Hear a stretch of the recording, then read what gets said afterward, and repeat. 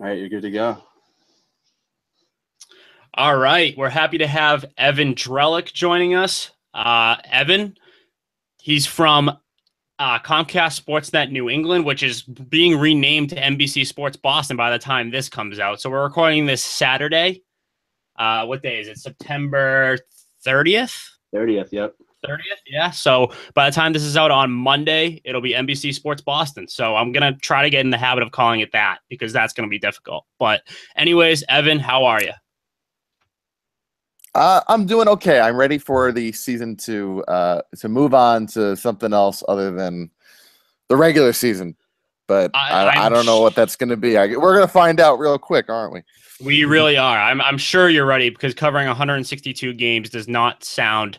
It sounds like you're ready for it to be over into the games that actually matter. Yeah, and I mean the strange thing is that these games now do kind of matter, and again we'll see how it actually plays out the next 2 days here. But it shouldn't have gotten to this point, right? You thought the Red Sox would. I was always arguing that it would come down to the final weekend. Everybody thought it was not everybody, but people thought, oh no, they're much better than the Yankees, and I just never quite saw that. But then when you have a decent lead going into the final week, you would think you'd be able to relax a little bit, but not so much. Yeah, and of course we'll know the Red Sox fate for the most part when this episode comes out on Monday. So we got that kind of awkward timing here. We're recording this on Saturday, and we'll see how this series goes against the Astros. But for now, things are getting a little interesting. They're facing the Astros, and we didn't expect it to be this interesting, like you were saying. And you actually covered the Astros for a while, which must make this even more interesting for you, seeing these two teams that you've covered. You've been in their clubhouses. You know, for the most part, I mean, I know the Astros are sort of a new look team this season, but still you've been there. So being in both clubhouses must be an interesting dynamic for you.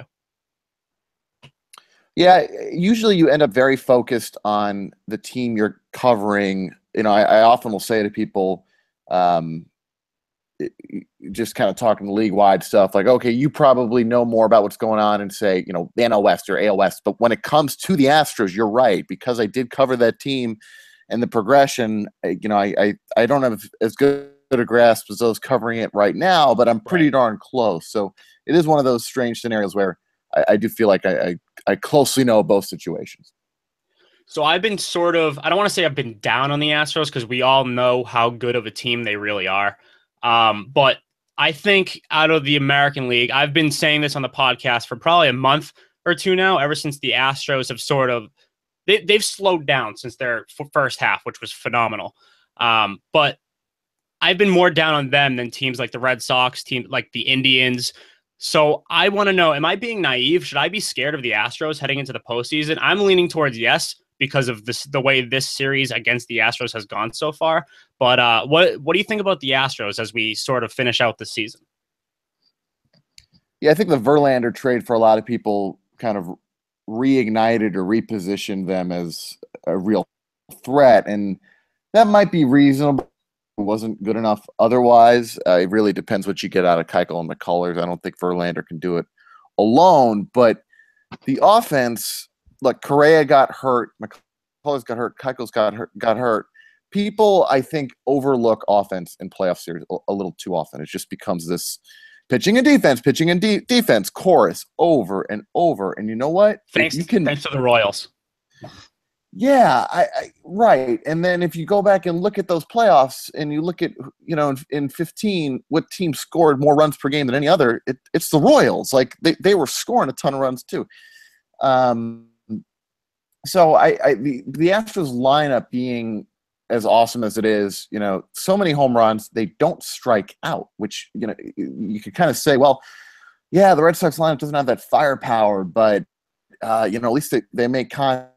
They put the Astros, they don't strike out and they still hit the home run. So the lineup is monstrous. And I think, to me, it's too much to overcome, I think, particularly with Verlander, but, you know, it's a short series. I mean, it's basically a coin toss. Yeah, I think we're all scared of the Astros offense. I don't think that's ever really been a question. It's always been, how is their rotation going to stack up? Can everyone stay healthy? You know, is that bullpen going to hold it together? I'm definitely a pitching, like a rotation and defense and bullpen. I think all of that is more important. That's my opinion. I think it's more important than offense come postseason. But I get what you're saying. I mean, the Astros don't strike out. They're a powerhouse offensively, and when that rotation is going, it's tough to go against. So I think, again, we're seeing this in this current series that the Red Sox are in to finish out the year. And I'm now a little bit worried about the Red Sox heading in. I know, Zach, I think you are too, right? Definitely. I mean, I think I've been on with Evan saying that I don't think they're that much better than the Yankees this year. I think the Yankees have been more up and down while the Red Sox have been sort of consistent. But yeah, this series just proves that. I mean, obviously the Red Sox sort of backing into the playoffs, which they did last year as well. And just look what happened there. So we'll see how that goes. But staying on the Astros, I'm a UConn guy. So obviously I'm a huge George Springer fan. That thing that came out, I think it was ESPN that did it, about him having a speech impediment when he was younger and still kind of has it. I thought that was a great story because I never knew about that. Is he, from your time covering the Astros, is he really the guy that he portrays to the media? Is he that good of a guy inside the clubhouse? Because he seems like the ultimate leader for the Astros moving into the playoffs here. Yeah, I in terms of who's leading that clubhouse right now, it's actually interesting. They brought in some more veteran guys. I think George isn't as young as people realize. I think he's getting close to 30. I mean, he's not there yet, but he's definitely 27, 28 range. Yeah, he is a good guy. I went to one of those when he was just starting to do the charitable stuff with the I believe he was calling it Say. I forget the name of it anyway, but he was doing charitable work for those with stutters. And I went to one of the events, and it was really impressive and kind of eye-opening to see, they people who struggled to get out a basic sentence and then could sing like marvelously. It was really amazing, and I didn't know that people kind of dealt with that way. So, yeah, and in interviewing him when he had first come to the big leagues and in spring training that year versus these days, you could see the progress he made.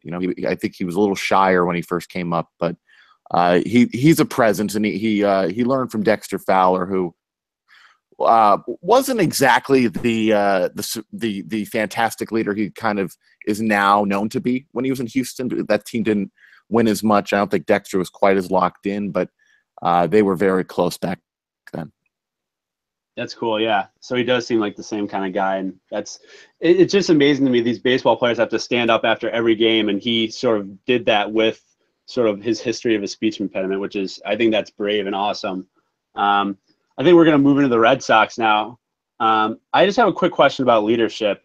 I mean, on this Red Sox team, I look at Dustin Pedroia as probably the quasi leader of that team. But then you look at the Indians, like we know who their leaders are. You got Kluber, Kipnis, guys like that. The Astros we just spoke about, Verlander has playoff experience. The Nationals, you go with Strasburg, Scherzer. The Cubs, obviously last year you got Lester and Lackey as sort of those veteran leaderships, and then the Rizzo and sort of the young guys there. And then the Dodgers, the Bucks sort of starts and stops with Kershaw. Who do you think is like, I just don't think there's a lot of leadership on this Red Sox team, and that's what sort of worries me in the playoffs. I hope Chris Sale steps up and does that from his performance, but I think actions speak louder than words in that sense. Yeah, I think Sale's become a leader, and it's hard not to be when you're that dominant, someone people look up to. It's not like he's some sort of out there figure who's just like, oh, look at that crazy guy. He's very businesslike. Talking to people about him in between starts. I mean, he might be physically in the best shape, or at least able to lift the most of anyone on that pitching staff. So I do think he is. But Porcel's been around a while. Kimbrel's been around a while. Price clearly has influence as well. So I think it's spread out. And then I get into these questions of, well, what form of leadership, right? Pedroia is definitely the example setter type. He's made pretty clear he doesn't want to be the everyday media guy. And you can argue how much teams need that. And it seems in the past that teams are better off if they have that kind of guy. But, it's a matter of kind of breaking down the different facets of the leadership. I do think it is there. I just don't think the Red Sox are look, if the Red Sox go far in these playoffs, they're going to have gotten really hot offensively, and there's going to be some good fortune involved there because they are not a better team than the Astros, and they're not a better team than the Indians. And we know baseball's playoffs can kind of correct those things. It doesn't really matter, but going in, I don't know how people could see it any other way. Yeah, speaking about Price, he's sort of come back from his injury and he's been thrown straight into the bullpen. He's pitched unbelievably. How do you see his role in the postseason? Just because, let's say Porcello starts, game 2 or 3, probably 3, and he blows up in the second inning. Do you see Price coming in long relief? Do you see him coming in like the 7th or 8th inning as just a shutdown lefty guy? How do you see him sort of fitting into the playoff structure here? I don't think he is there and should be there to be the bailout guy. And I argued this last week. And Farrell's basically now acknowledged as much. They're going to have a bullpen that's got some length to it, and I think that means beyond Price. Because every time he's used Price now, it's been at least a couple times. It's been a bridge to Addison Reed, the bridge to Kimbrel. So, if you're down 4 runs in the 3rd inning, that's not why Price is there. That's Doug Fister. If Doug Fister is not in the rotation, that's why he's there. If there's somebody else you envision having, if, let's say they don't bring Fister and put, I don't know, Austin Maddox, whatever, somebody else on that pitching staff, but I'm 98% sure it'll be Fister. So yeah, Price is multi-innings, but multi-innings when it matters. Not that it won't matter down when you're down 4 in the 2nd inning, but that's not where you want to use him in my mind. I actually completely agree with that take. I want Price starting. I don't want him in the bullpen. I think they're trying to get too cute with it. That's the way I've thought about it anyways. But it's interesting you mentioned Fister there because we've seen, actually Fister out of everyone in the rotation lately has probably had the most promising start. But I think one of the main questions heading into the postseason is how, who's going to be the number 3 starter in that rotation. And I think that's a subject that you've covered like a lot in the past, especially the past week or so.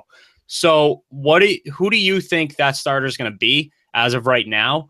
And what are your expectations for guys like, Drew Pomeranz, Doug Fister, Eduardo Rodriguez, these sort of wild cards as we head into the postseason?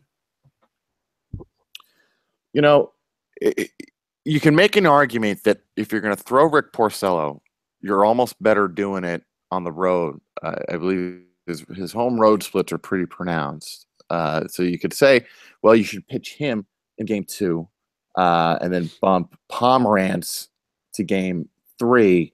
The Astros hit lefties very well. I don't see we've gone on the assumption that Price and Pomeranz will be the first 2 pitchers, so we can stick with that. There's something a little the idea of throwing 3 straight lefties against the Astros, I don't think it sounds great. And I think the fact that Rodriguez, he's younger, he's had confidence issues with that knee that didn't really get taken care of this go around until September. He came back from the injury right after the All-Star break, but he wasn't the same guy for July and August. My vision is Porcello getting a start before Rodriguez. Now, Rodriguez has more upside, and the home run allowed rate with Porcello is frightening. It's just insane. And it's so it's a little bit of a dice roll. If you want the upside, you might be better off going with Rodriguez. But if you want a little bit more of a different look, now granted, between games 2 and 3, you've got an off day. You're back at Fenway. So it's hard to predict, but I for some reason Porcello seems to make more sense there. But I've already made my own counter argument for why Rodriguez is a better option. So I know with me, one of the main things I'm pessimistic about heading into the postseason is the rotation. If you had to pick one thing you're most pessimistic about with this Red Sox team and one thing you're most optimistic about with this Red Sox team heading into the playoffs, what would those things be?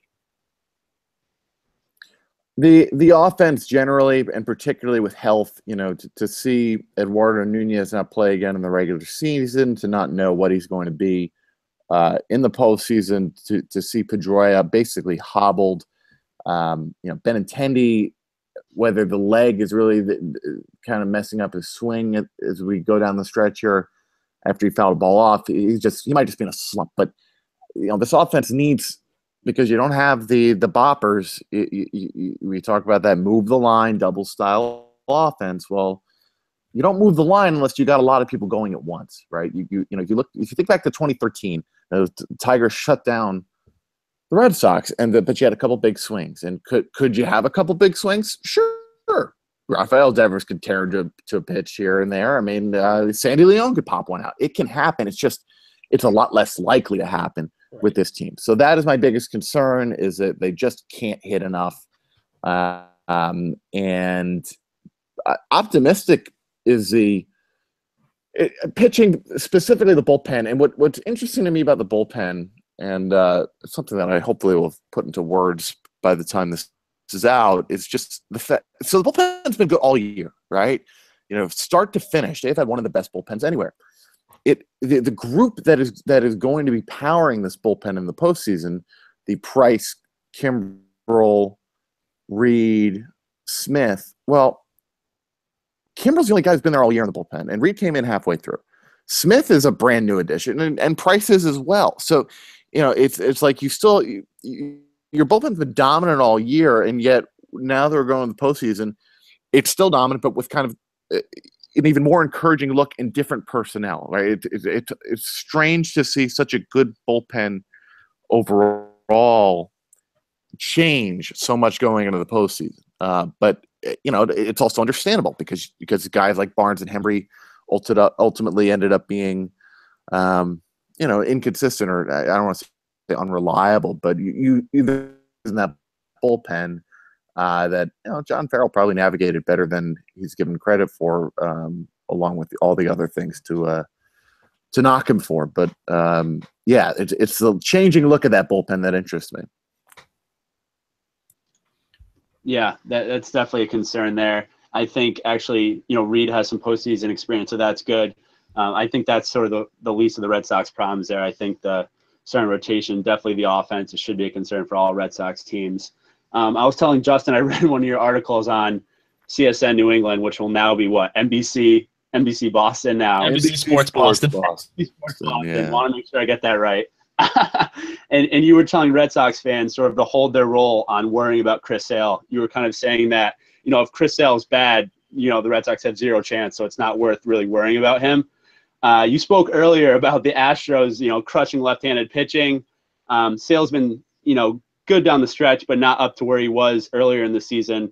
Can you just tell Red Sox Nation why we shouldn't be worrying about Chris Sale, putting all those factors together? Yeah, because I think it's like okay, if Chris Sale sucks, it's just so obvious that they're screwed. And he's been so good all year. I don't think the September stretch against teams that Alex Spear did some good work and really looked at this issue of familiarity.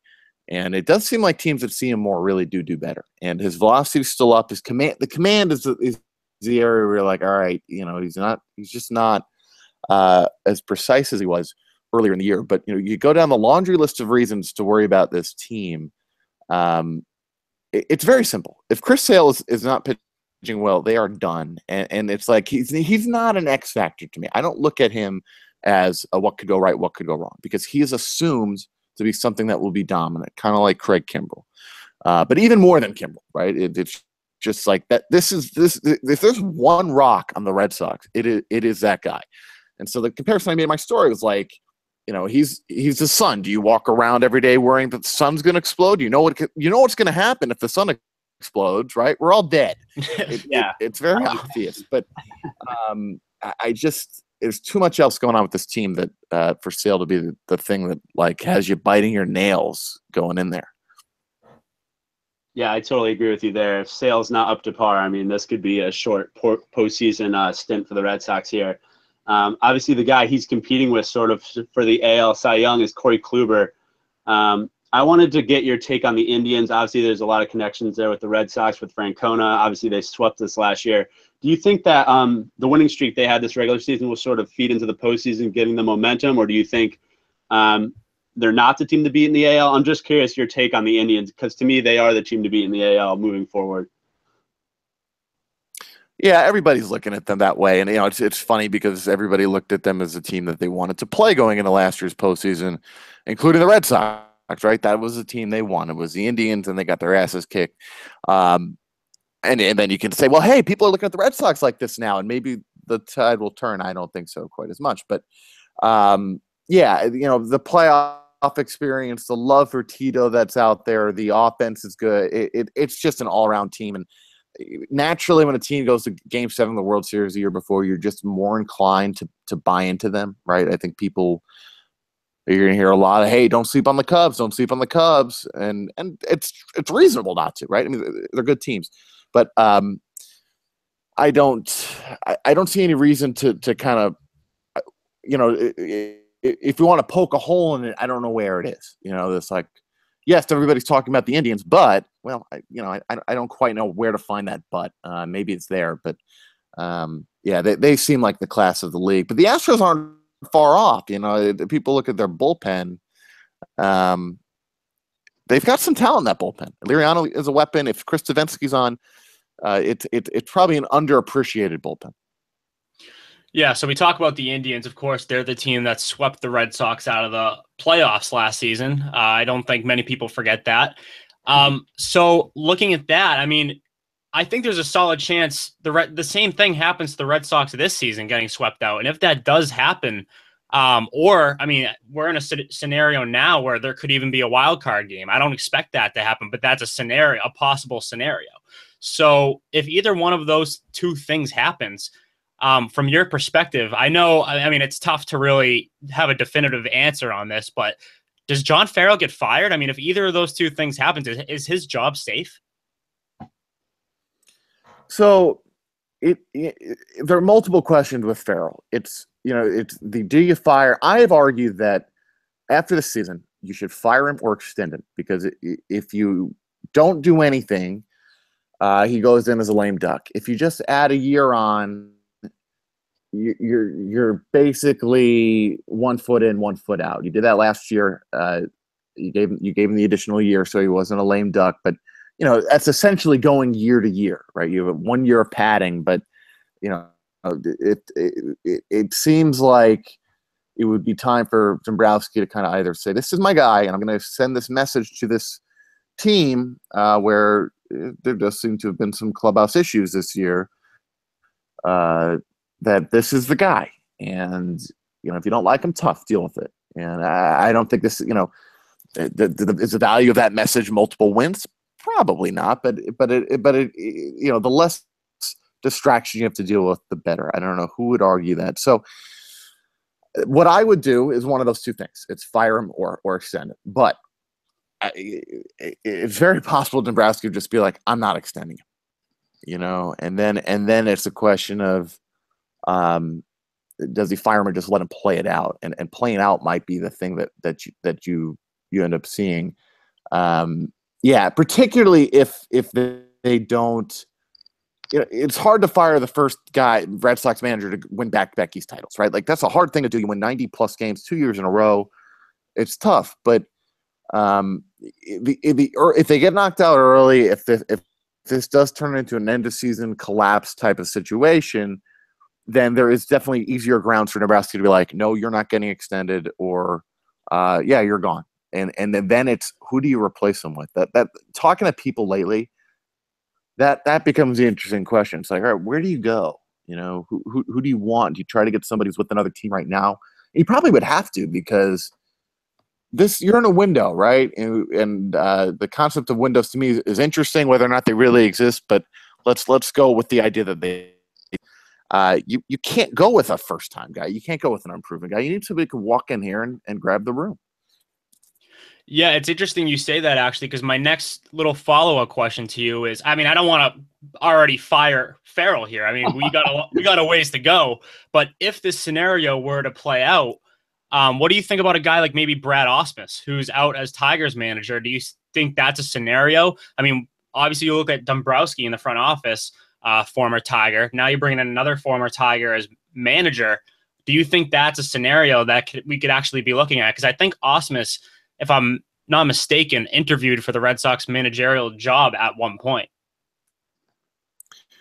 People will think of Ausmus because of Dombrowski, right? Dombrowski is the guy that hired him the first go around, but Ausmus himself in those final days, he might have been speaking about his earlier years with the Tigers, but he kind of acknowledged. Somebody asked him, "Would you have been better off with a younger team?" And he basically lent credence to that idea. Now, he might have been saying that when he first started, would he have been better off with that, and now would he be able to handle a veteran team? Maybe, but I think it grated on him. Even in Detroit, the media did a little bit. It would be a hard sell for Dombrowski, because the first thing that would happen is people are going to be like, wait, you hired this guy in Detroit. It didn't work out in Detroit with a stacked team for several years. Why is it going to work out here? And I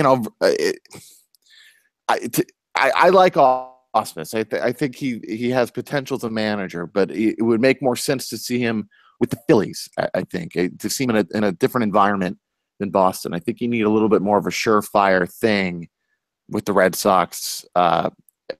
But then again, you could see him turn to Gary DiSarcina. True. But temperament-wise, he seems. Yeah. There you go. And I don't know if they would, but so the Ausmus connection will be speculated a lot. What I'm trying to say is I don't think it would happen.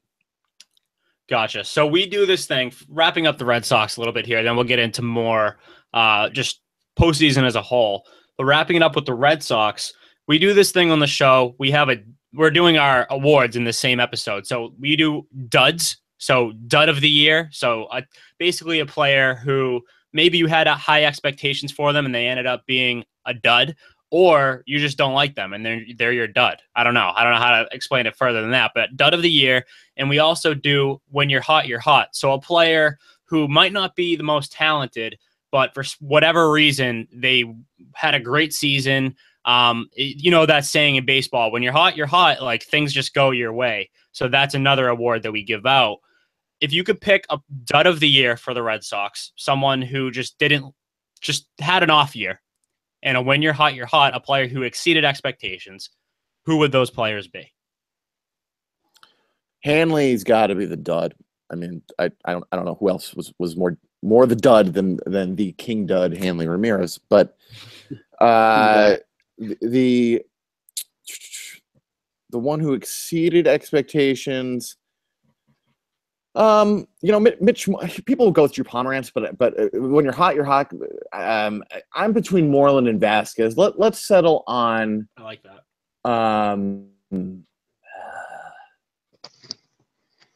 I'll go with Moreland because this is really more offense than we've seen with him. Vasquez might actually have some offensive capability in his future in his career. I don't want to write him off. Moreland's got the track record. It's like you just did not think he would be this kind of a hitter. Now he hasn't really been that in September, but overall, yeah. I mean, like Pomeranz to me, he's got talent, and he showed it last year. So I'll settle on Vasquez.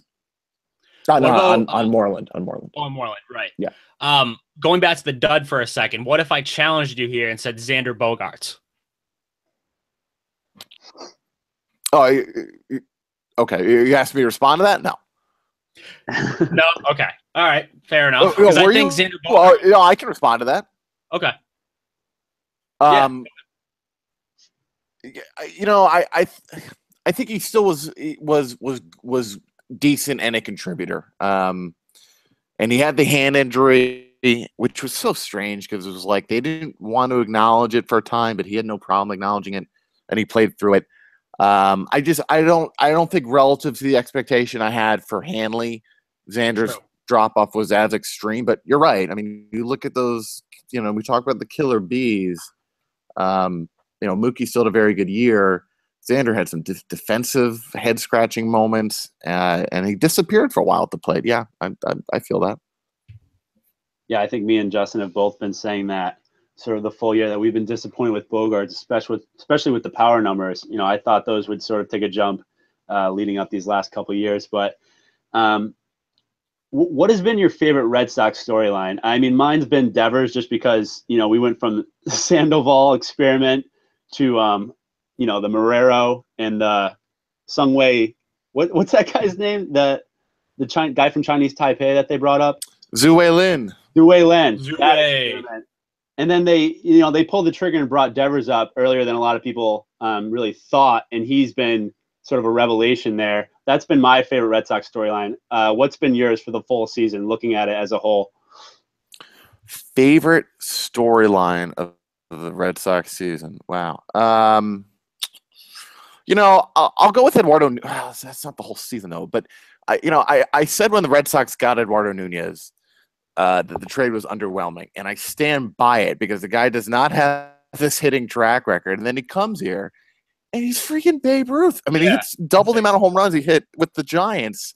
So that was kind of fun because I enjoyed the interactions with that. I looked me calling it underwhelming very quickly became something people threw in my face, and rightfully so. And I kind of appreciated the interplay there, and he's a pleasant guy, and I think he ended up being an important piece. So we'll go with Nooney. I don't know, maybe that's a bad answer, but go there. No, I think it's a good answer. I think they needed a jolt right when he came in, and he really reinvigorated the Red Sox for the second half. So I think that's definitely important and a good storyline. Across Major League Baseball, I know me and Justin, we've enjoyed the D-backs sort of coming back and being big good. NL West guys. We're big NL West guys. Big NL West guys, big Rocky guys. So, I mean, speaking about a replacement for Farrell, the guy that the D-backs hired as their manager, Lovullo, I mean, he would have been a great replacement if Farrell ends up getting fired, but obviously now he's with the D-backs. What has been your favorite storyline across Major League Baseball this year? An exciting team, an exciting player, sort of a disappointing team, a disappointing player, just overall. The Diamondbacks, it's been fun. I don't know if I'm quite as wrapped up, and I like Torrey when he was here. I think the feeling that he could be the same guy. People saw this he's incredibly personable. I just think that when we step in that manager role, particularly with the Red Sox, he's gonna have to be a different person to Dustin Pedroia, to those guys, than you are in a bench coach role, right? Like you have to be the bad guy sometimes, and I don't know if in the bench coach role if he was as often the bad guy. Looking around the game, when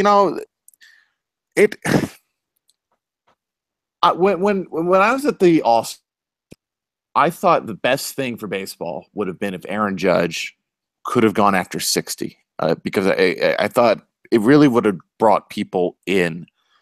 So I was, between him and Stanton, and I guess it's a cop-out in some way, but it's been so long since we've seen the home run chase, and the ball's probably juiced. That's been decently established at this point. There's no other explanation. Yeah, we've hypothesized. Right. And I mean, you can't discount the possibility. I'm not saying specific people, but like that PEDs are around. I mean, it's just you can't be that naive. Right. But what got me into baseball was '98. I'm literally that guy. I am truly the person who did not care about baseball until Sosa and McGuire, and I'm exactly the person that Bud Selig wanted and grabbed, and to be really cynical about it. But so I kind of like the chase aspect of it. I don't know if anything else. I mean, you know what? Dallas Keuchel's reemergence. I never thought the guy would be the same after he had the Cy Young year and he got hurt. I just thought that was pretty neat, just because having covered him and kind of he's an interesting personality, and to see his sinker come back. But I don't think most people nationally or even in Boston are thinking about Dallas Keuchel. But that was something I appreciated. All right, so going into more playoff-related talk, the rest of the league. We did word association a few months ago with Jared Carabas. He joined us on here, and needless to say, his answers were entertaining. So this one might be a little different. I mean, we're going to be talking about teams here. I'm going to name a playoff team, and you're just going to say the first thing that comes to mind. All right? Okay. Okay, so I'll start. I'll have an easy one for you. Boston Red Sox. Dead in the water. I didn't see that coming. I'll be completely honest. Love the optimism. Yeah, I'm saying it without saying it, right? They are not the team. I mean, the playoffs allow for anybody. When I was a Mets fan, I saw an 83-win Cardinal team win the World Series and beat the Mets in 7 games in the LCS, right? So you never forget that, but right. I just don't think this. It's amazing to me that the Yankees never, actually caught up, and we'll see what happens in the next 2 days. But I don't get it. It's baffling to me, and it's resiliency and all that stuff. But you know what? At a certain point, talent wins out. I think usually. Yep. Next up, New York Yankees. Christ. Do I have anything there? That speaks for itself. No identity. Let's go. You know what? Whiny, and it's on 2 levels. It's on bunting, and it's on the sign stealing. Right? I love it. Both of it's just like what's going on over there. But I guess I think about what do you associate with the Yankees these days? I don't know. Right. Yeah, I don't know who they're trying to be, who they are. I mean, they're trying to escape this Yankees identity that they've been trapped in, and now they're trying to have personality, it seems like. So I don't know what to make of the Yankees, and I am interested to see. I hope Sabathia I hope the Red Sox and Yankees cross paths again this season, because I want to see if Sabathia cries like a little bitch again. That's pretty much what I want to see. Next up here, Arizona Diamondbacks.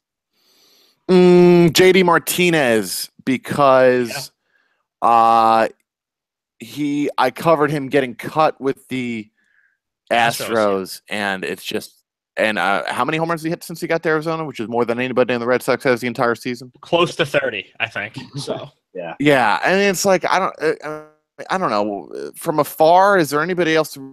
Goldschmidt. But it's like, who and Greinke. But like, I don't know. To me, once they got JD, I was a little more tuned in. Maybe that's just because I covered the guy. All right, LA Dodgers. Dodger Dogs, because I covered the Dodgers in 2010, and I remember in the 7th inning just stuffing my face with the free Dodger Dogs they would give. The boiled ones are not as good as the grilled ones. So if you're ever there, make sure you get it from like the kind of like the rotating thing, not just one out of the boiler. I don't know, Kershaw. Hell. Dodger Dogs is the answer. They better get it done. They better get it done. That's all I got to say about them. It's time. But the thing is, okay, one thing on the Dodgers before I move on to the next team. If they get ousted in the NLCS, is that a disappointment? Is it really World Series or bust for the Dodgers this year? Yes. I think Friedman's smart. But do they have a bunch of free agents that I'm not realizing? I think they would still, it's not like Seager's an old guy. It's not like Bellinger's an old guy, right? I think they'll be around. It's just a team that's so stacked and was so good and dropped off. It's just like, and you're so close with the Cubs, like this, you would think this would be their year. I'm more so just looking at their past choke jobs in the playoffs. And if that happens again, in the NLCS, if Kershaw has a terrible start and it sort of cost them the playoffs again in a season where they were on pace for over 110 wins at one point, that's why I look at it as World Series or bust. But I don't know. I'm interested what more people would have to say about that, because the Dodgers are such a mysterious team in that aspect. You never really know what you're going to get from them in the playoffs. Okay, next up, Minnesota Twins. Terry Ryan, is that fair? Oh man, I don't think they're that good, unfortunately. but yeah, I think it's Terry Ryan, because he had that team forever, and then he's gone, and then now they're in the playoffs, and it's right. It's the same thing in Arizona a little bit. It's just always interesting. You get a new regime. and you go to the playoffs right away. What regime gets credit? And the guys in Minnesota are certainly smart and all that, but it's just it's like even Mark Shapiro when he went to Toronto and then he sees the Indians go to 7 games. It's like, haha, I think you should. Is Paul Molitor your manager of the year because of the job he's done? That is likely to be the case once this has come out. I do have a manager of the year vote in the American League, and it's something I'm still finishing up, talking to different people through and about. And the interesting thing there is that he probably would have gotten fired if they didn't turn this thing around. Like he might have been on his way out. But yeah, I think that turnaround and them trading away people, probably, but I'm not there yet. So we're big Rockies guys on this podcast. We've been on the Rockies bandwagon since maybe 2 years ago. So Colorado Rockies. How many people are high in the stands and beards? Like it's like nobody knows anything about the Rockies. People I think now know about Arenado and Black, but it's just they're just out there. Everybody knows their reputation at Coors Field, and they're just mashing out there. And I just think of Colorado and somebody I don't know if it's Bleacher Report, somebody definitely went to a game high and wrote about it. And I look at those numbers, I'll just go look up some numbers sometimes. I'm like, holy crap, Charlie Blackmon's doing what?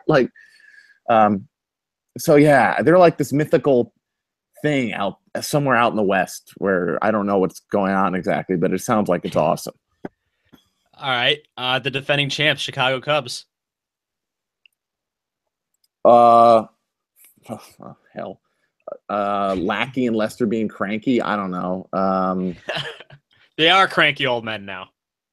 How about this? I'm over it. Aren't we all over at the Cubs? Yes. It's just you had so much of it last year.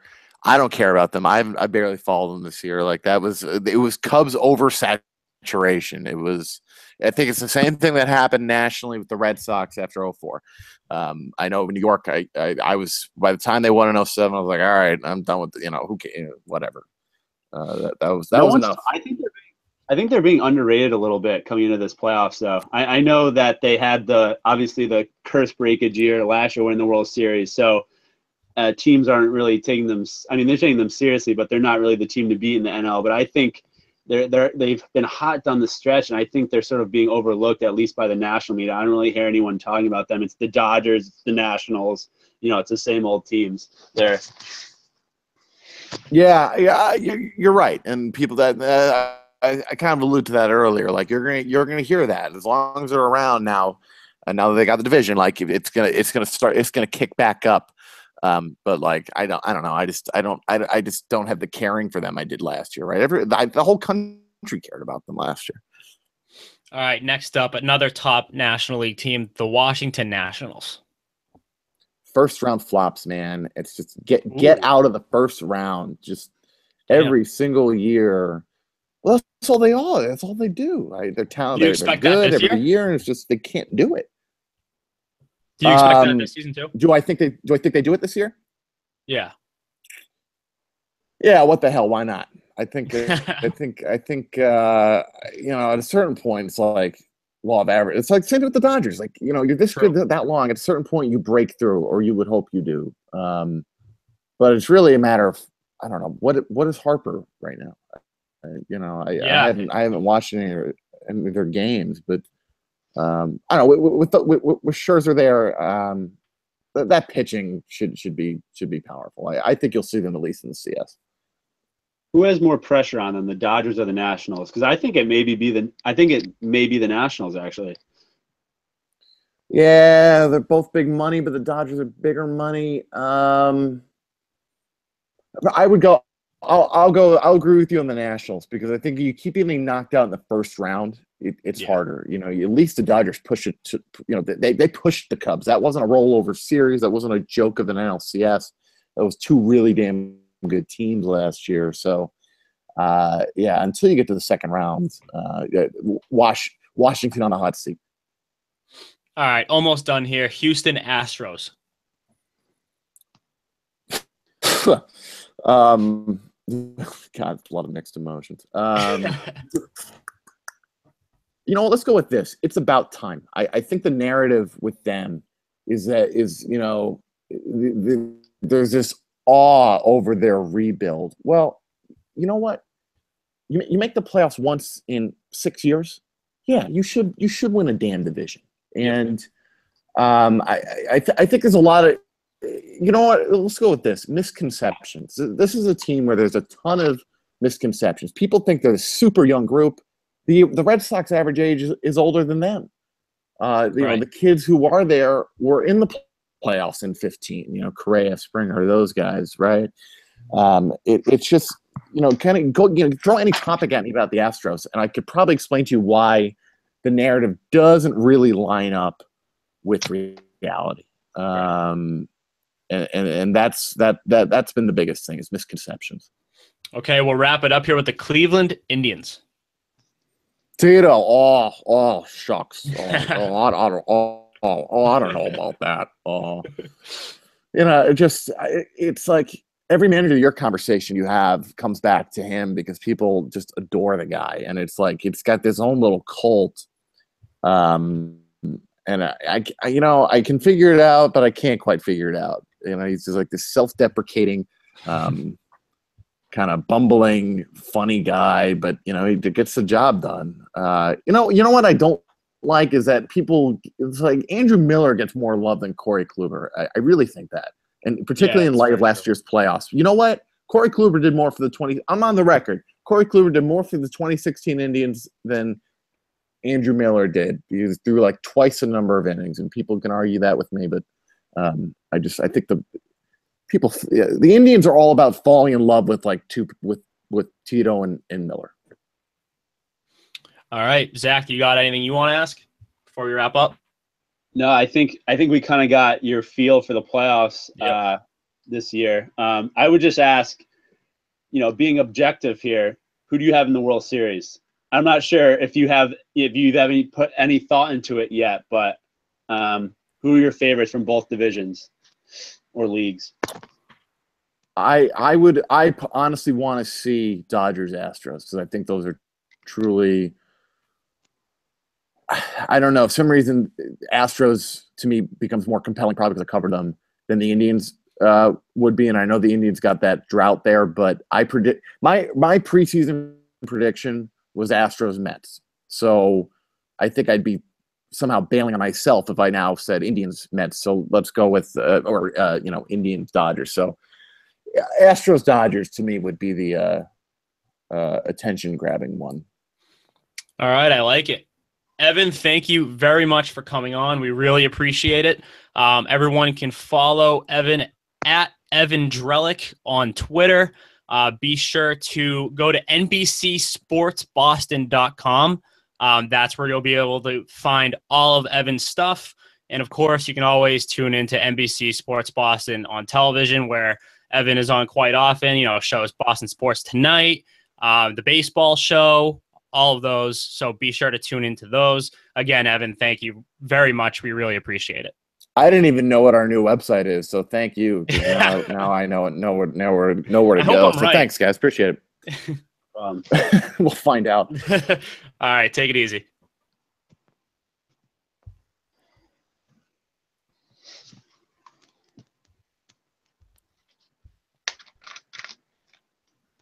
Thanks, guys. Should I hang up?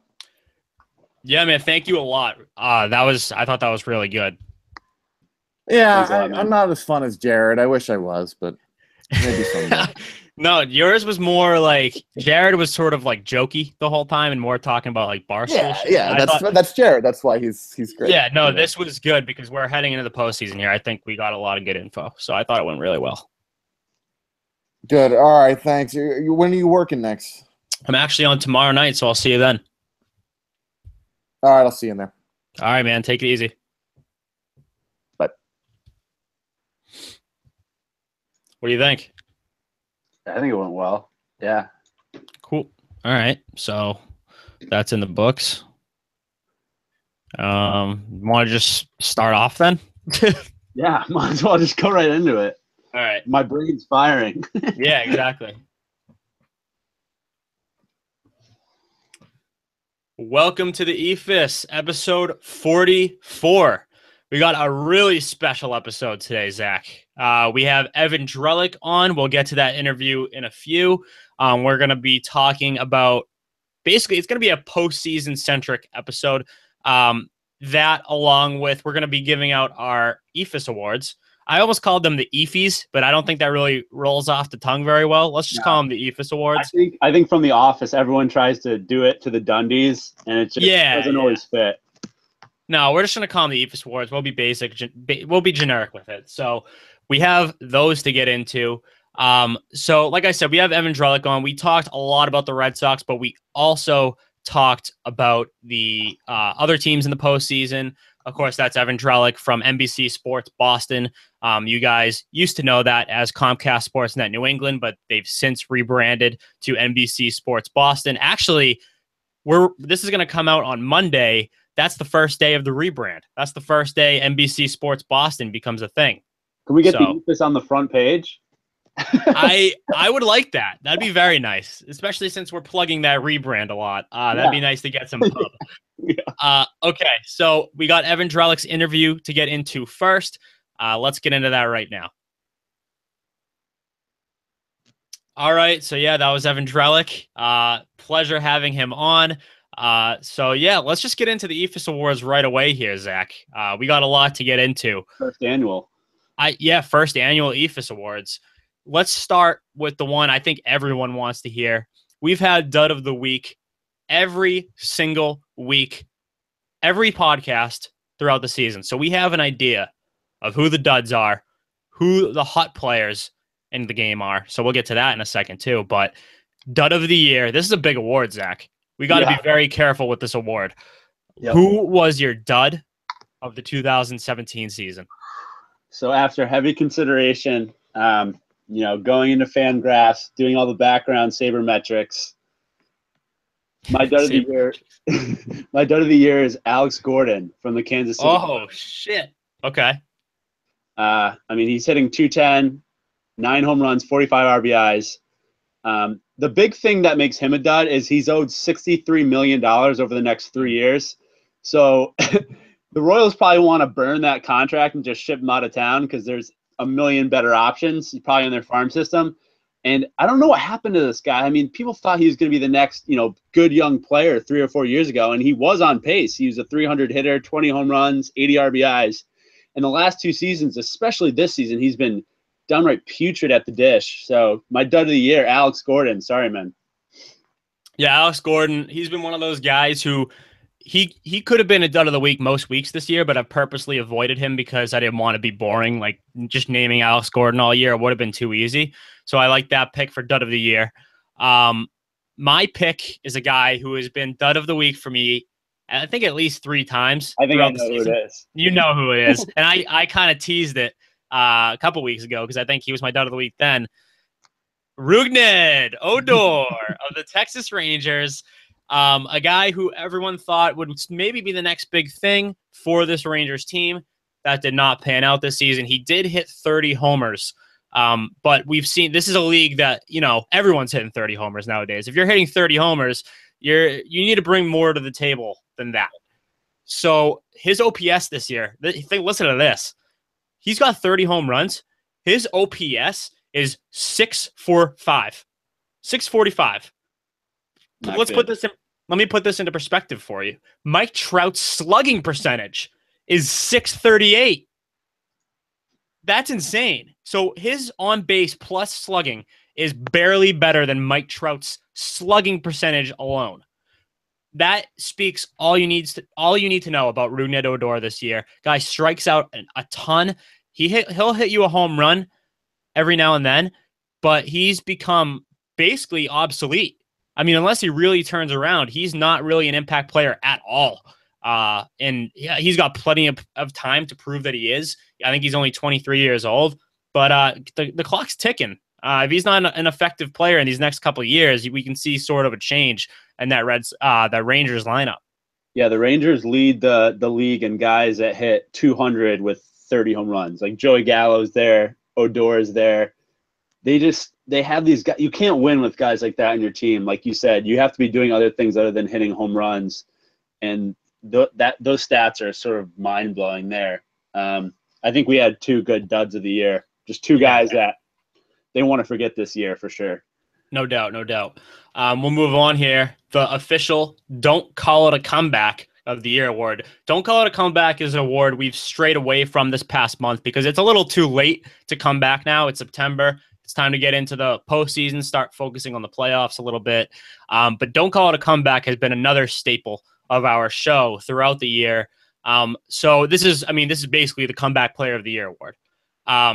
But we put a little spin on it because it's a guy, maybe they had a rough first half of this season, and then they came back and redeemed themselves in the second season. So I'll go first for this one. Mine was an easy pick. My Don't Call It a Comeback goes to none other than Byron Buxton. The Minnesota Twins, I ripped on him in the first half of the season, and he just wasn't getting it done at the plate. He was striking out almost every other at bat. He was getting work done in the field. No one ever doubted his ability as a center fielder, but he's really turned it around at the plate in these last couple months. So he led the Minnesota Twins to a wild card berth. So it's tough to give anyone else this award than Byron Buxton. I mentioned on a past show, he reminds me a lot of Jackie Bradley Jr. It took him extra long to figure it out at the plate in the majors. The glove in center field's always been there. It was just a matter of when, not if, he would figure it out at the plate, and he's finally done that. Yeah, I'm a big Buxton guy. I think I said on a couple podcasts ago that he has more talent than Mike Trout. He just needs to tap into it. So hopefully he'll prove me right. But I expect a big year next year. Oh, Buxton's in for a big year. Yep. Maybe AL MVP top 5 to 10. Yeah, the Twins have a lot of good young talent. I can see them making the playoffs again next year, even maybe the division there if the Indians fought off a little bit. My Don't Call It a Comeback. This guy plays for our beloved Colorado Rockies. Greg Holland. He didn't play the 2016 season. Comes back this year with a new team, the Rockies. They were sort of missing this closer, shutdown guy. He's second in the league in saves with 41. 56 innings pitched, 69 Ks. Nice. So Greg Holland, people thought his career was done after that injury with the Royals. So the fact that he came back and was, peak Greg Holland, Don't Call It a Comeback, goes to Greg Holland for the year. Very well deserved. The way he came out of the gates this season, but just no one was more dominant for the first half of the year than Greg Holland out of the bullpen. I mean, we were saying he could get over 60 saves. That's how on fire he was first half of the year. So Greg Holland's a great pick. When You're Hot, You're Hot award, another staple of the show has been When You're Hot, You're Hot. Each week we pick a player who, it's as the saying goes, when you're hot, you're hot. They're just doing well. You wouldn't expect it out of them, or they're just on such a tear that you have nothing else to say than just when you're hot, you're hot. They're just tearing it up. So you go first for this one. Yeah, I think this guy perfectly defines this, like when you're hot, you're hot, because I didn't expect this kind of season out of this guy. It's Avisail Garcia from the White Sox. Okay. End of the season hitting .330, 18 home runs, 80 RBIs. He missed 2 weeks of the season as well, so his numbers are sort of deflated there. I mean, they were calling this guy the young Miggy with the Tigers. He didn't hit over 260 any year before this one. So he comes out, and he's one of the best hitters in the AL. So my When You're Hot, You're Hot goes to Avisail Garcia for this season. Let me just say I'm a little disappointed because we don't have a Rhys Hoskins award, and we don't have a Panda award for the dud and the dud and When You're Hot, You're Hots of the season. So maybe we'll have to wait till next year to see if we can get one next year. Who the Rhys Hoskins is and who's the Panda of next year. Exactly. But this time, my When You're Hot, You're Hot is Justin Smoke of the Toronto Blue Jays. Justin Smoke is always the potential's been there. The power has always been there. It was always a matter of whether he could put everything together at the plate. There was never a question he had pop. It was a matter of how much pop does this guy have? How much can this guy get on base? I think he put it all together this year. I think he was an all-star. So he's kept that pace all season long. He hit 38, the season's not even over yet, but he has hit 38 home runs for the Blue Jays this year. And what's been sort of a down year for the Blue Jays, to say the least. They don't have Jose Bautista in the middle of that lineup, really producing like they're used to. Josh Donaldson has been hobbled by injuries, even though he's tearing it up lately too. But Justin Smoke's been that guy in that lineup for them all year. I don't know where the Blue Jays would be this year if it weren't for Smoke. They would be one of the worst teams maybe in the major leagues. So Justin Smoke's my when you're hot, you're hot. Yeah, that's a great one. He was in my running as well. He's having one of the most underrated seasons, I think, so far this year. For sure. Next one's very straightforward. What do you think was the web gem of the year? Best catch? What caught your eye the most? Any catch throughout the entire season? Any play for that matter? It could be infield, outfield, doesn't matter. Web gem of the year. I think we might have the same one here because it was against our beloved Red Sox. Austin Jackson jumping over. Oh, no. Okay, I had a different one. Oh, yeah. That's good. That's good. Parody. Mine's Austin Jackson robbing Hanley Ramirez of a home run over the short right field wall at Fenway. It was sort of, everyone remembers the Torrey Hunter, attempt at the David Ortiz home run in the playoffs a couple years ago. This one was similar, but Jackson was coming from center field, actually made the catch, flipped over the wall, knew he was going to flip over the wall, and still committed to making the catch. So that was my play of the year, because I think anytime you can flip over a wall, there's like really dangerous situation. A lot of guys sort of shy off and back off. Austin Jackson went full bore, jumped over the wall, caught it, fell on his shoulder and his head. So that's my web gem of the year. Interesting, because that's a close runner-up for me. That's second place for me. And the top two web gems of the year, in my opinion, both came against the Red Sox. Number one, Kevin Kiermaier. That catch he made in the circumstance that it came in, that was a game-saving catch against the Red Sox. Kevin Kiermaier laying out. And when I say laying out, that doesn't really do it justice. I think the catch probability on Statcast was like 5% or something like that, or I don't know. It was low. I didn't think Kiermaier had a chance to get to that ball, and I was playing myself, because Kevin Kiermaier is the best center fielder in the major leagues. And when it comes to range, that's definitely the case. Kevin Kiermaier is my number one for web gem of the year. Unbelievable play. Yeah. We've talked about it all year. He's probably the best defensive center fielder in Major League Baseball, and he's a good looking guy to boot. So everything's going Kevin Kiermaier's way. Yeah, for sure. Okay. Next up, surprise team of the season, disappointing team of the season. I'll start here. My surprise team is very easy, and we might even have the same one here. It's the Minnesota Twins. They lost 103 games last year, and now they find themselves in the one-game wild card. So Minnesota Twins, goes without saying, that's my surprise team of the season. Yeah, I had the same one. I think we talked about it with Drellich a little bit too in the interview prior. The Twins were very surprising. Molitor is probably going to win Manager of the Year. I think everyone thought they were a couple years away, and they won this year. So interesting to see how they do in the playoffs. For sure. And my disappointing team, the New York Mets. I had high expectations for them. I didn't expect them to win the division this year, but I did expect a playoff berth. But, you can't predict injuries, but we should start predicting injuries when it comes to the New York Mets. They can never seem to have everybody healthy at the same time. And they were just a disappointment this year. I don't know how else to say it other than that. They were basically a dumpster fire from the very beginning. So they're my disappointing team, only because I had such high expectations and injuries just derailed them.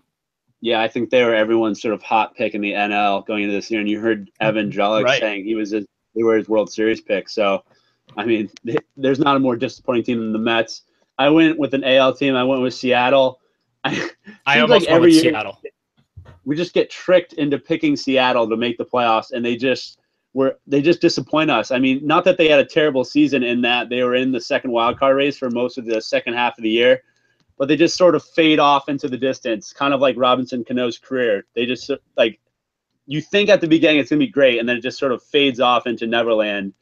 Seattle we thought they had the pitching, the hitting, they could put it all together this year, and it just never came to fruition. So I'm sure we'll be high on Seattle next year, and then end up disappointing us again. I want this on record right now.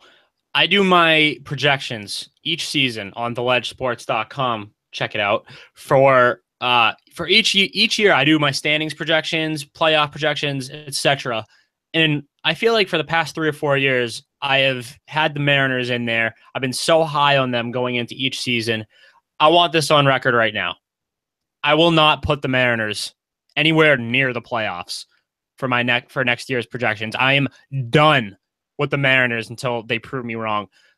I can't stand this team. It seems like every season going into the year, it's like, oh, the Mariners, look at that talent on paper. They might be the best team in the American League. I could see them going to the ALCS, maybe even the World Series. And then they either barely make it into the postseason or they just don't make it. So Seattle Mariners are a great pick there because, and I will not put them anywhere near the playoffs. They're dead to me. I bet they're going to make a big move for like a big starting pitcher, and you're going to be right back on the pitch. It's going to fucking suck because I know that's going to happen. They're going to make some sort of move that's like, oh, now the Mariners are definitely going to make it in. And yeah. Guess what? The same thing's going to happen. Everyone's going to be swayed to the Mariners again, and then they'll miss out on the wild card. Yeah. Okay, so let's get into more mainstream awards now. We did our sort of our little different picks for awards.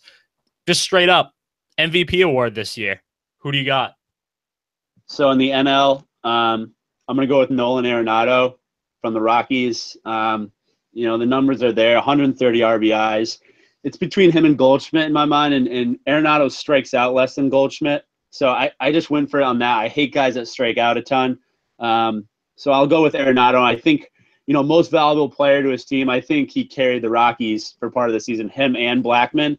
But I think Arenado is really the team leader there and really drives them forward to this playoff bid. So I'm going to go with Arenado for NL MVP. You know how much of an Arenado guy I am, and I still went with Goldschmidt. That being said, I think the past week or two, it's swayed more towards you. I think Arenado has made more of a case than Goldschmidt has. I think it's been JD Martinez carrying that Diamondbacks team lately. Yeah. But Goldschmidt, you can't take anything away from what Goldschmidt's done throughout the season to get the Diamondbacks into this situation that they're currently in, which is a great situation. And Goldschmidt has been the staple of this team for years. He's been just out of the MVP award each of the past few years, and now the Diamondbacks are finally good. I got to give it to Goldschmidt, given not only his track record, but just the kind of leader he has been for this Diamondbacks team, not only this year, but past years, to go along with the stats that back it all up. I'm going with Goldschmidt. But before you get into the American League, I want to say I'm very surprised neither of us actually went with Stanton, who is on the verge of 60 homers. I think he's probably the favorite now just because of the home run mark. But I think that's interesting that we both didn't pick Stanton. Well, to me, it's like most valuable player to their team. Right. Stanton's numbers are great, but has that equaled wins for his team? Not only that, but there's been trade talks around Stanton. You don't trade your MVP, You don't just trade the NL MVP in the middle of the year. There, at one point, that was a serious consideration for the Marlins. So that's why I can't really pick Stanton, even though that's probably where it's going to end up going, knowing how these votes turn out. All right, what about the American League? So this one's a little bit tougher, I think, in my mind, but I went Jose Altuve from the Astros. I mean, he's just one of these guys. He gets 2 to 3 hits a night, starts the Astros lineup, always on base, always scoring runs, plays good defense, over 200 hits, almost hit 350 this year. I think it's his time to win MVP. He's sort of been knocking on the door the past couple of years, and I think this is the season that sort of clinched it for him. So I'm going to go with Altuve. I have Altuve as well, and I actually don't think it's that close. I think this is actually the biggest runaway award out of all of them. I've heard a lot of Judge talk lately, and I think Judge's slump that he went on in the second half sort of. I just think you have to perform all season long for this award. I think you have to be the team's most valuable player all season long. Without Altuve, I don't think the Astros even really. I mean, they make the playoffs probably, but it's not as a sure bet. The Yankees, I think, still make the playoffs without Aaron Judge. And I know that might be crazy to say, but they have so many parts of that team that work. I think Altuve is the heart of the Astros. I don't know yet that Judge is the heart of the Yankees because, yeah, he'll give you power numbers, but they have a lot more. They're a lot more balanced, in my opinion, than the Astros. I think the Astros are offense. I think the Yankees have more balanced team. That's my opinion. Yeah. I mean, the interesting question is who is your number 3 guy after Judge and Altuve? I think there's a big jump, and I go with Trout. Trout. Okay. Yeah, I I might think even go Kluber just because I think he's been so good, but you can it's make a tough for a very pitcher good to win argument for MVP. him. Yeah. Right. Okay, so Cy Young Award, same thing here. I guess we'll start in the NL since we're doing this trend of going from NL to AL. Yeah. So, do you want to go first? I can go first. Yeah, sure. It's Max Scherzer. I don't think there's really a close competition here either. Kershaw missed time. I think that costed him again for the second straight year. So Scherzer benefits from that. After Kershaw, it's Scherzer's teammates, Gio Gonzalez and Steven Strasburg, in my opinion. So those would be top candidates. I'm giving the edge to Scherzer, because he's the surefire ace of this Nationals team, and because Kershaw missed some time. Yeah, I think it's with the Nationals too. I mean, I'm going to go with Scherzer, but I think if Strasburg didn't miss time, it would be Strasburg. So I'm going to go Scherzer as well. All right, and then the AL, it's Kluber. I think we've been saying this for a while now. It's Kluber.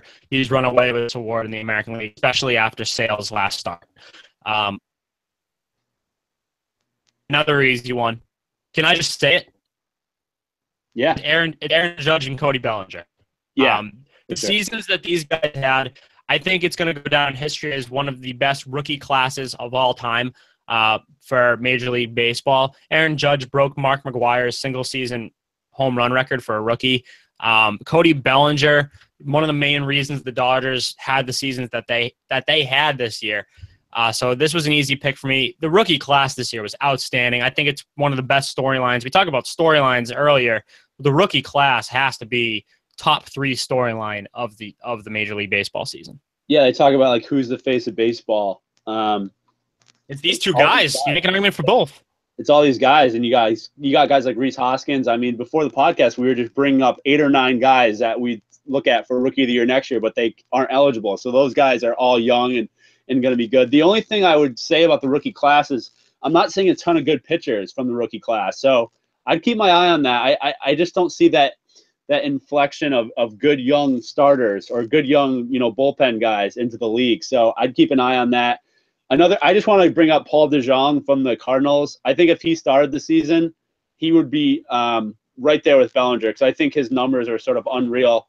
For a shortstop hitting 25 home runs in like 100 games, I think is even less than that in a number of games. I think that's very impressive. So I look for him to make a big leap next season as well. The rookie class, I think all of the rookies that of note that came up this year, they hit home runs at paces that I didn't think it was possible for rookies to hit. And that just goes back to the whole, like, are the balls juiced or what? Because I look at these home run numbers and it's unlike anything I've ever seen since the steroid era. I've seriously never seen anything like it. It's bizarre, to say the least, because there are guys out there with 30 home runs. I mean, we just talked about Justin Smoke earlier. He has 38 this season. We always knew the power was there, but 38, that's a good number. 38 past years would be close to league leading. Now it's nowhere close.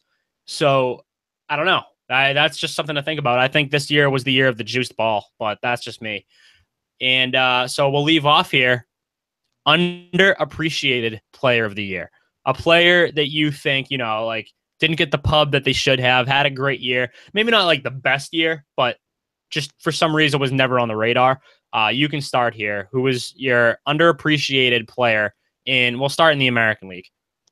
Yeah, so this is a great way to end the podcast because I've been ringing this guy's bell the full year. Jonathan Scope from the Orioles, I think, is the most underrated year, most underappreciated player. I mean, second baseman, he's top in almost every category. He ended the season hitting about 300, 30 plus home runs, 100 plus RBIs.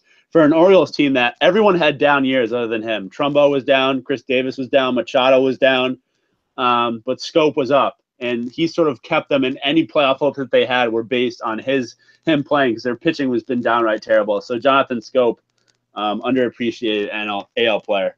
I would have bet my life savings that you'd pick Scope, and I actually like the pick because he definitely was underappreciated all year. My pick in the AL is Marwin Gonzalez of the Houston Astros. We hear about guys like Correa. We hear about guys like Altuve. We hear about Springer. We hear about Keuchel, all these keys to the Astros. But we don't really hear about Marwin Gonzalez. He had the season again isn't over yet, but he has a 905 OPS with 23 bombs for the Astros this year. I'm not going to say he's anywhere close to like the most valuable player on this team because he isn't, but underappreciated. I mean, yeah, when you sit in that lineup with all these MVP caliber players and you're there producing, you're going to be underappreciated a little and overlooked. So Marwin Gonzalez to me is the epitome of the underappreciated player of the year. Yeah, he's been unreal. I mean, he had a huge double 2 nights ago versus the Red Sox, and he is a great fantasy baseball player for anyone that plays fantasy. He's eligible at almost every position.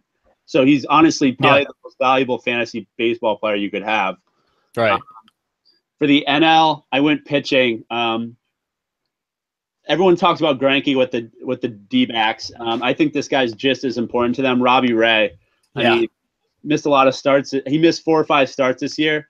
But he still went 15-5 with a sub-3 ERA. Yeah. Plus 200 Ks, lefty. I think no one really talks about him, and he's been one of the best pitchers in baseball this year. So I'll go Robbie Ray from the D-backs.